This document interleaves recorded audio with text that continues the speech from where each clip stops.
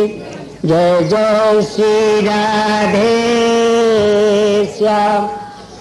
श्री कृष्ण गोविंद हरे मुरारे, हे नाथ नारायण वासुदेव।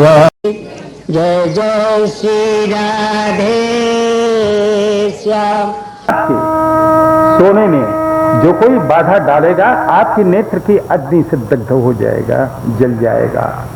अभी अभी महाराज हमारी नेत्राग्नि से, नेत्र से कोई यहाँ पर जल मरा, न जाने कौन था वो। मेरा तो महाराज परिचय ये है, कृपा करके आप अपना परिचय।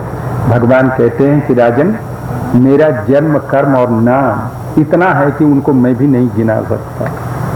हाँ, कोई पृथ्वी के रजकणों को गिन सकता है, कोई आकाश के तारों को गिन सकता है, कोई वर्षा के धाराओं को गिन सकता है, लेकिन मेरे नाम जन्म कर्म को कोई नहीं गिन सकता भैया। तो भी ब्रह्मा जी के प्रार्थना करने पर मैं यदुकुल में वसुदेव जी का बेटा हूँ, अतएव एक नाम मेरा वासुदेव है। ये कंस मारा गया, प्रलंबासुर उसके साथी आदि सब मारे गए। मैं तुम पर कृपा करने के लिए आया हूं। तब इनको गर्ग जी की बात याद आ गई।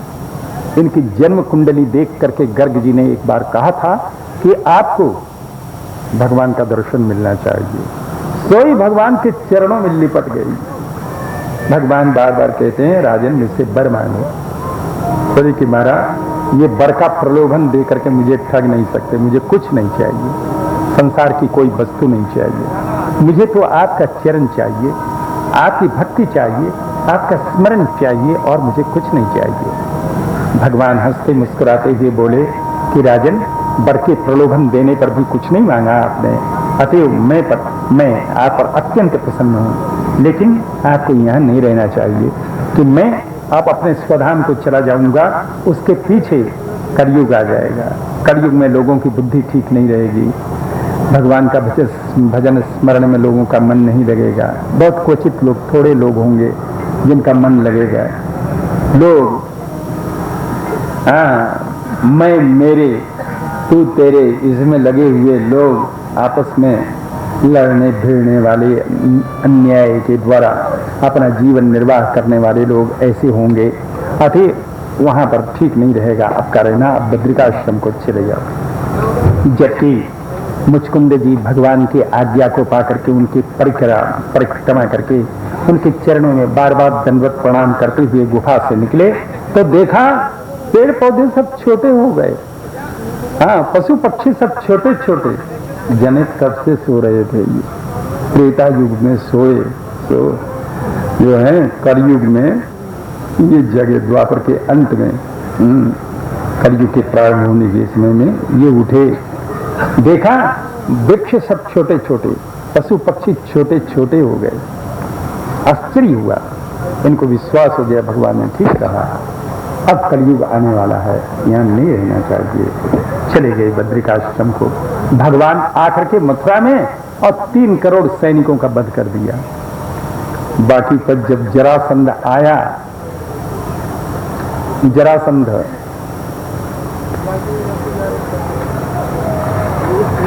उसके सामने दोनों भैया ये भी बिना हथियार के भागे। हाँ, ये भागे जब इनका नाम रणछोड़ पड़ गया। द्वारका में रणछोड़ जी की स्थापना, गुजरात में इनको रणछोड़ जी कहते हैं। हाँ, रणछोड़ के क्यों भागे? पलाय मानव तव दृष्टवा, ये युद्ध भूमि छोड़ करके क्यों भागे? यदुकुल में ये जरासंध कह रहा है, अरे भाई यदुकुल में पीठ दिखाना ये बड़ी अच्छी बात नहीं है, क्यों भगते जा रहे हो? युद्ध करो। लेकिन हाथी के पीछे कुत्ते भौंकते रहते, हाथी कोई परवाह नहीं करता। ऐसे कुछ श्याम सुंदर परवाह नहीं किया, भगते ही चले गए। जरासंध अपने सैनिकों के साथ इनके साथ भाग रहा है। क्यों भागे? बोले कि 17 बार क्षत्रियों को, 23 अक्षौहिणी सेना, 40, 45, 50 लाख के लगभग सैनिकों को ला करके उनका वध करा दिया इसने। अब जब क्षत्रिय सैनिक सब समाप्त हो गए तो ब्राह्मणों की सेना ये तैयार करके लाया था, तुमने बहुत माल ताल चरा है, अब चलो युद्ध करने, मोर्चे पर चलो। तो ब्राह्मणों को तैयार करके लाया। भगवान ने देखा ब्राह्मणों का वध करना ठीक नहीं, ये अधर्म होगा। अतएव भगवान भक्त खड़े हुए। इस तरह से भगवान भगते भगते गुजरात में कहा, जूनागढ़ में प्रवर्षण पर्वत, ये गिरनार पर्वत यही प्रवर्षण पर्वत है। इसके चोटी पर फुहार पड़ता रहता है, बूंदे पड़ती रहती हैं। इस पर चढ़ गए। जरासंध ने देखा इस पर चढ़ गए तो चारों तरफ से आग लगा दी उस पर्वत से। आराम से दोनों भैया ऊपर से कूद करके द्वारका में प्रवेश कर गए, द्वारका में चले गए। ये समझा कि इसमें जल मरे होंगे, ये जरा चला गया। चलिए अब भगवान का विवाह होने जा रहा है।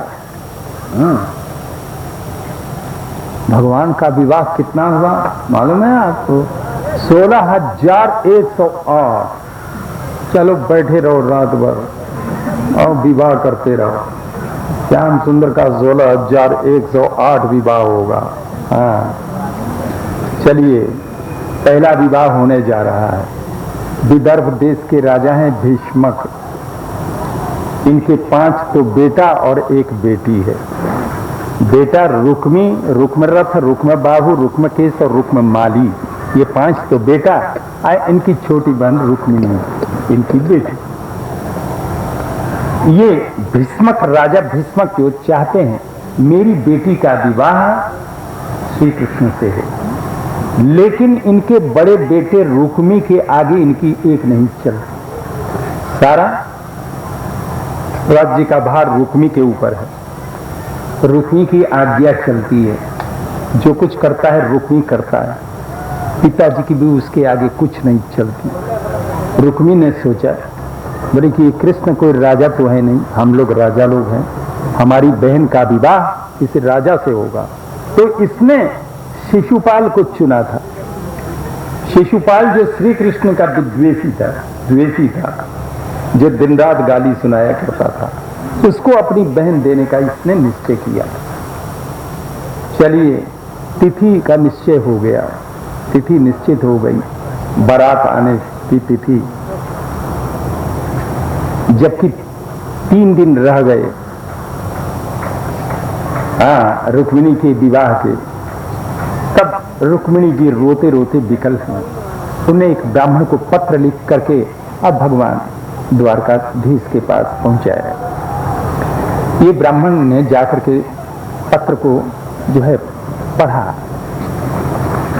पत्र में ये लिखती हैं, श्रुत्वा गुणान भुवन सुंदर सिन्वतांते निर्विश्य कर्ण विवरई हरतोंगतापम रूपम दृशाम दृशिमताम अखिलार्थलाभम त्वय्यच्युता विशति चित्तमपत्रपम। प्यारे प्रभु, जब से आपके गुण हे भुवन सुंदर हमारे कर्ण रंध्र में प्रविष्ट हुए हैं, तब से सारे पाप ताप सब समाप्त हो गए हैं। प्यारे प्रभु, मेरा मन निर्लज्ज होकर के आप में प्रविष्ट हुआ है। यदि इस चरण रज की कृपा अगर मुझ पर नहीं होगी तो 100 जन्मों में भी तो होगी। मैं अगर आप मुझे स्वीकार नहीं करेंगे, अपने प्राणों को मैं छोड़ती जाऊंगी, 100 जन्मों में भी तो आप मुझे स्वीकार करेंगे। इस तरह से अब बारात आ गई है। ये शिशुपाल, उस समय में ये रुक्मिणी जी विश्व सुंदरी थी, इनके समकक्ष का सुंदर पृथ्वी पर कोई नहीं था। अतएव ये शिशुपाल फूल फूल के बहुत मोटा हो रहा है, हाथी पर बैठा हुआ, ये बारात सजा करके। इसके बारातियों में सभी लोग राजा लोग, जैसे शाल्व है, जरासंध है, दंतवक्र है, विदुरथ है, काशी के राजा पौंडक आदि, ये सब कोई एक अक्षौहिणी, कोई दो अक्षौहिणी सेना लेकर के कि यहाँ पर ये अगर यादव आएंगे तो उनका मुकाबला भी करेंगे। इस तरह से हैं। जबकि ये इस ब्राह्मण ने जाकर के द्वारका भगवान श्याम सुंदर के हाथ में चिट्ठी दी। चिट्ठी को पढ़ करके उद्धव जी से कह करके श्याम सुंदर उस ब्राह्मण के साथ चल पड़े।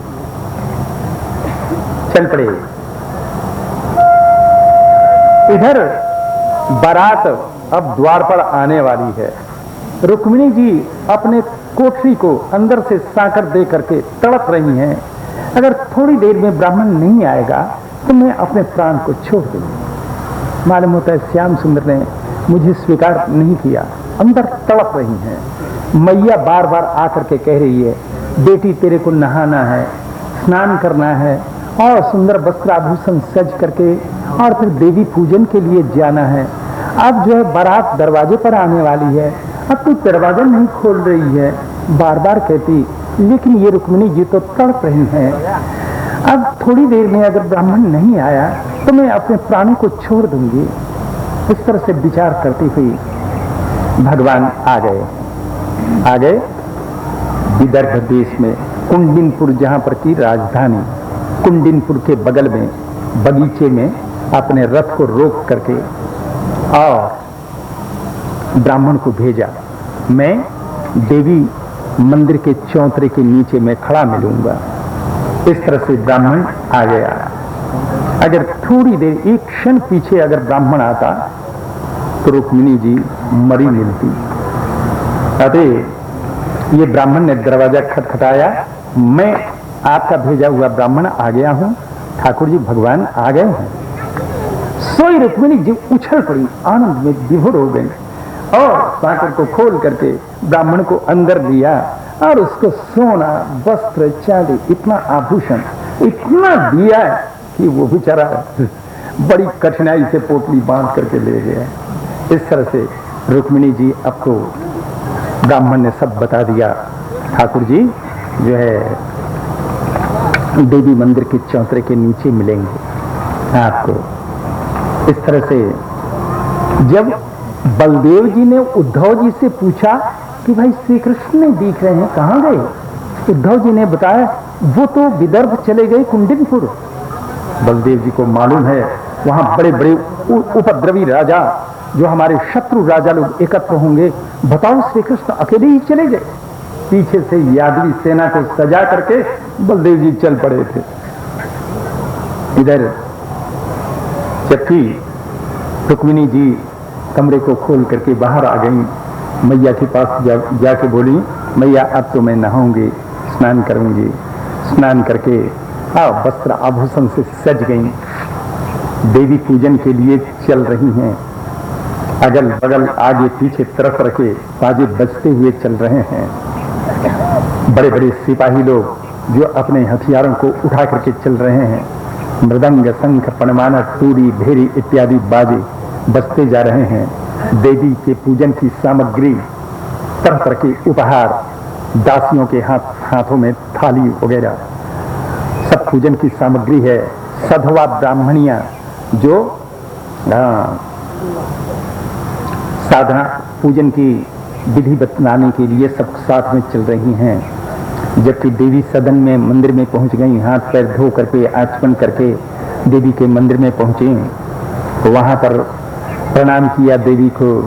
नमस्ते त्वाम्बिके भीक्षण, देवी आपके संतान के सहित शंकर जी के साथ में आपको प्रणाम है। देवी श्याम सुंदर हमारे पति हों, ऐसा वर प्रदान करो। ये कह करके जल से, गंध से, अक्षत से, धूप से, वस्त्र से, माला से, आभूषणों से, नाना प्रकार के उपहारों से, दीपक से, नून के पुआ से, तांबूल से, माने पान से, गन्ने से, कंठसूत्र से, फलादि से देवी का पूजन किया। पूजन करके दंडवत करके मौन धारण करके एक दासी के हाथ में अपने हाथ को रख करके और बाहर निकली।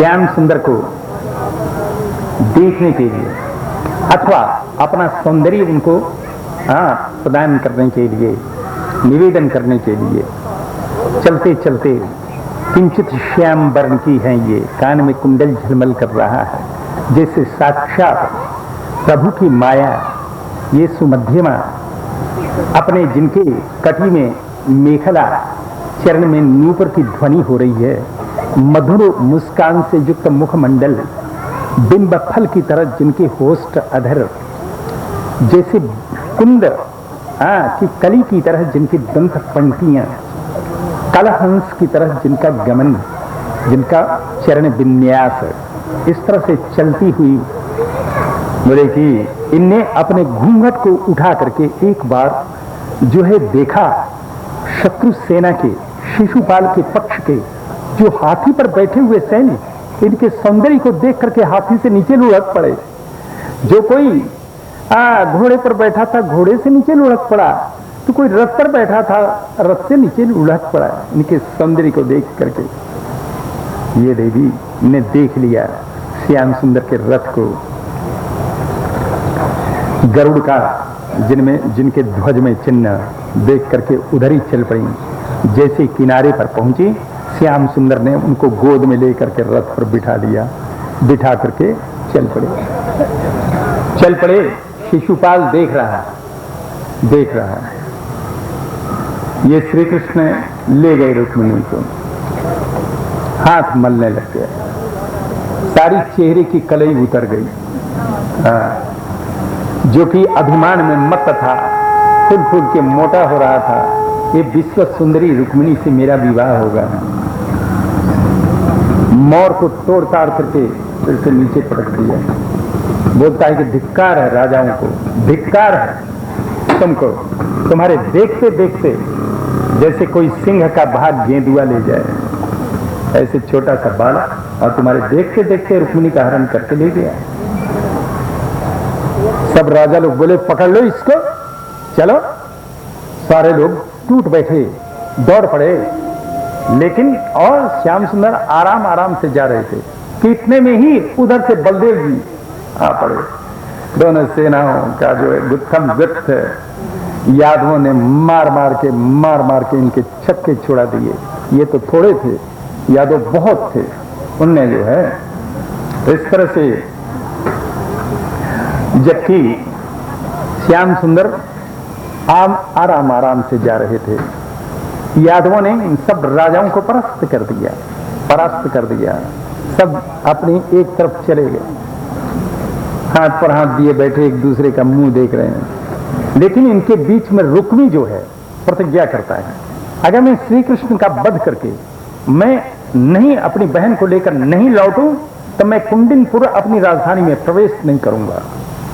अपने रथ पर बैठ करके चल पड़ा, दौड़ पड़ा। ये बहुत तेजी से पहुंच गया श्री कृष्ण के पीछे। ये कहता है कि देख, जब तक मेरी बहन को तू नहीं छोड़ देगा, जब तक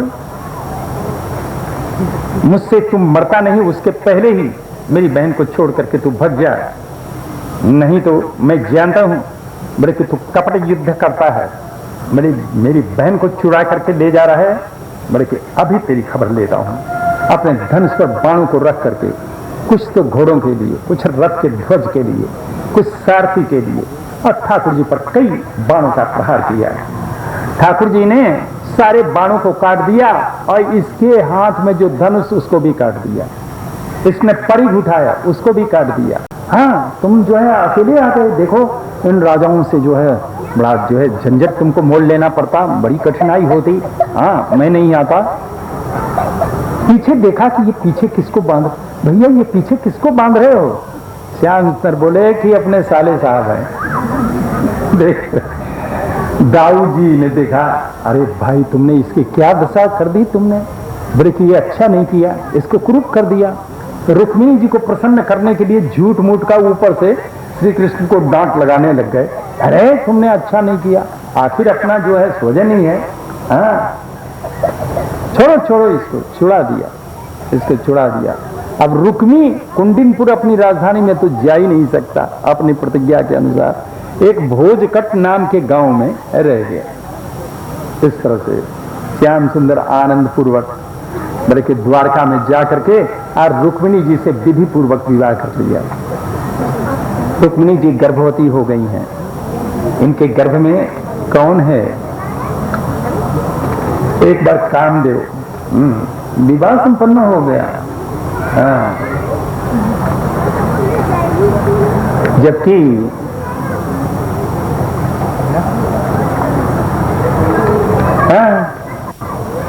ये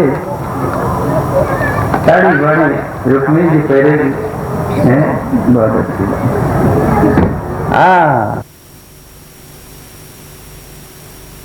ये कामदेव जो हैं, एक बार इंद्रादि देवताओं ने भगवान शंकर समाधि में स्थित थे। जब इनकी समाधि को भंग करने के लिए इंद्र ने कामदेव को भेजा। जब कामदेव इन पर अपने बाणों का प्रहार करने लग गए तो भगवान शंकर की समाधि भंग हो गई। अपने तीव्र नेत्र से काम को देख करके दग्ध कर दिया, जला दिया। अब इनकी कामदेव की पत्नी रति रुदन करने लग गई। भगवान शंकर की स्तुति प्रार्थना की, प्रभु हम पति के बिना मैं कैसे रहूंगी। तब शंकर जी ने उसकी स्तुति प्रार्थना से प्रसन्न होकर के बोले कि देवी, एक बार तुम्हारा पति श्री कृष्ण का पुत्र बनेगा, रुक्मिणी के गर्भ से उत्पन्न होगा और बिना शरीर के ही काम करेगा। इसलिए उसका एक नाम अनंग, अंग के बिना, शरीर के बिना भी काम करेगा। ये रुक्मिणी जी गर्भवती हैं। इनके गर्भ में वही कामदेव जी हैं। इनकी पत्नी रति जो है ये जानती है शंबरासुर के यहाँ पर हमारे पति देव पहुंचे हैं। वहां जाकर के शंबरासुर के यहाँ पर, शंबरासुर के यहाँ ये जाकर के रसोइयों में राज रसोइया बन गई। भैया ये लाइट तो अब बंद करो, ये आंख मेरी अंधी हो रही है, कुछ दिख नहीं रहा है।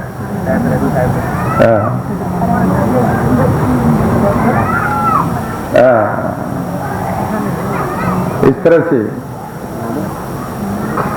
जबकि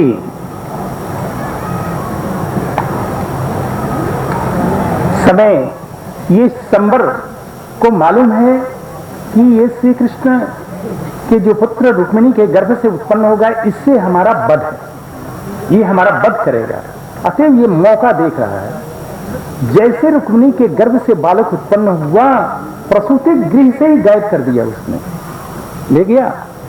ले करके इसने उस बालक को एक गहरे समुद्र में फेंक दिया, समुद्र में फेंक दिया। उस बालक को एक मछली निकल गई, अरे फिर लगा दिया। सामने मत लगा, ये बगल में लगा भैया। हाँ,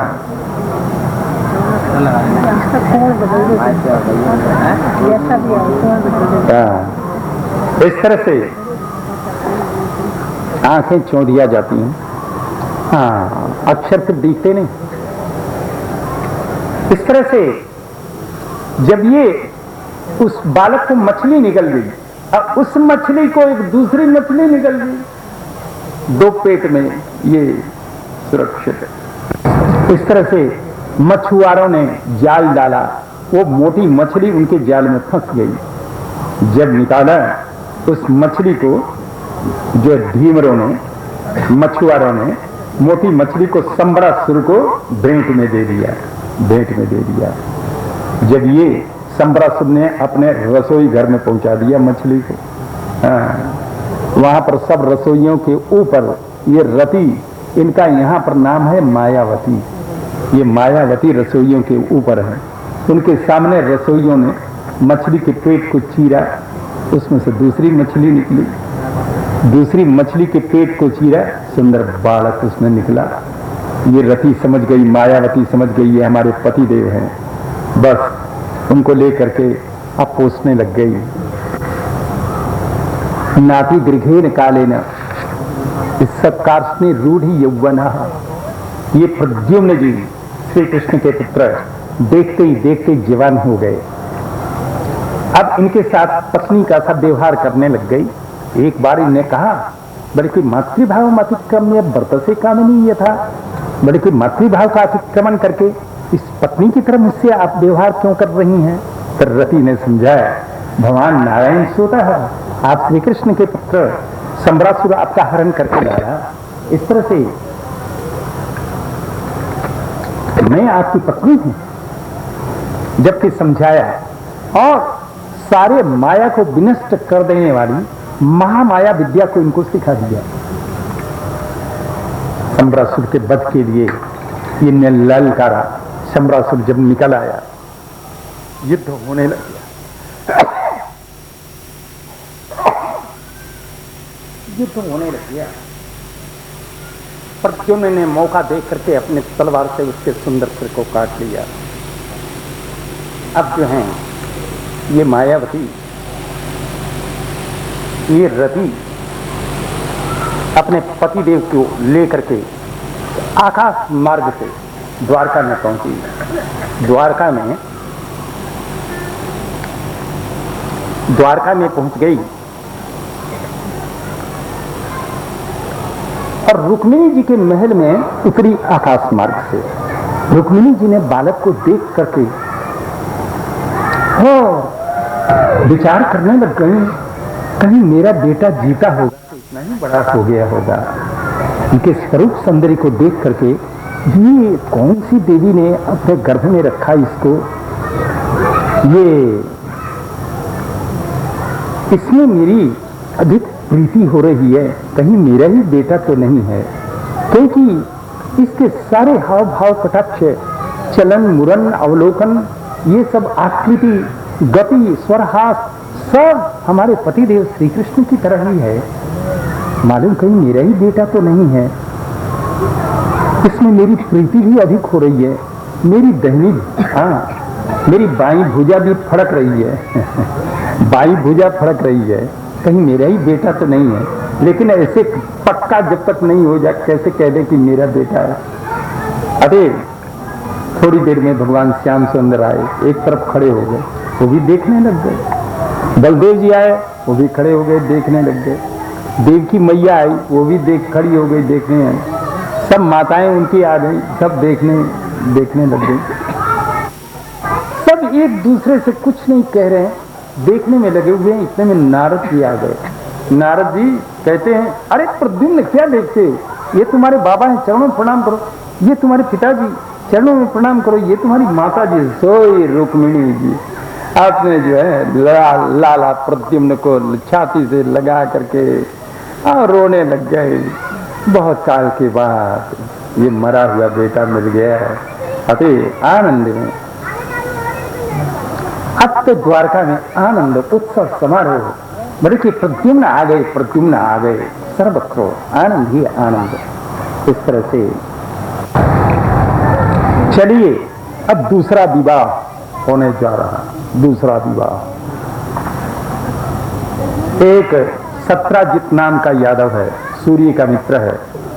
वो सूर्य ने इसको एक मणि दे रखा है जिसका नाम स्यमंतक मणि, गले में धारण करके आ रहा है। घर में आ गया स्यमंतक मणि को लेकर के, घर में मंदिर में ये रख करके उसका पूजन करने लग गया। जहाँ ये मणि होता है वहाँ कोई दुर्भिक्ष रोग बलाय ये सब कुछ नहीं होता है। और ये 8 भार सोना देता है। 8 भार सोना, लगभग 8 किलो के लगभग। भार के कई अर्थ लोग करते हैं, चलिए उस पर ज्यादा समय नहीं है विचार करने का। किलो से कुछ कम भार, 8 सेर समझ लीजिए।